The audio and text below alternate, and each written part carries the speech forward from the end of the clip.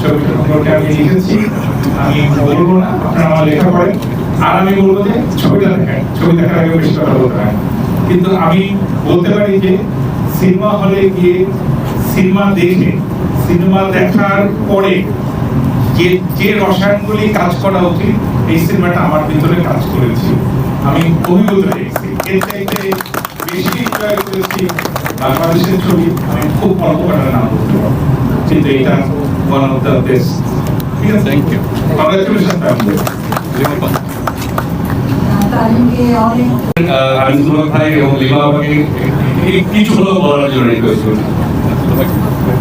আমি এসে নস্টালজিক হয়ে গেছি, কারণ আমরা যখন মোস্তফা সরোয়ারকে আমি প্রতিনিয়ার কথা বললাম থেকে প্রত্যাবর্তন যখন প্রদর্শনী হতো, সরোয়ার তো পালিয়ে যেত, আমি একা চালিয়ে দিতাম। আমি এসে এখানে ওপিতে দেখলাম যা এখানে ওপি আছে, আমি ওর পাশে এসে দাঁড়িয়ে।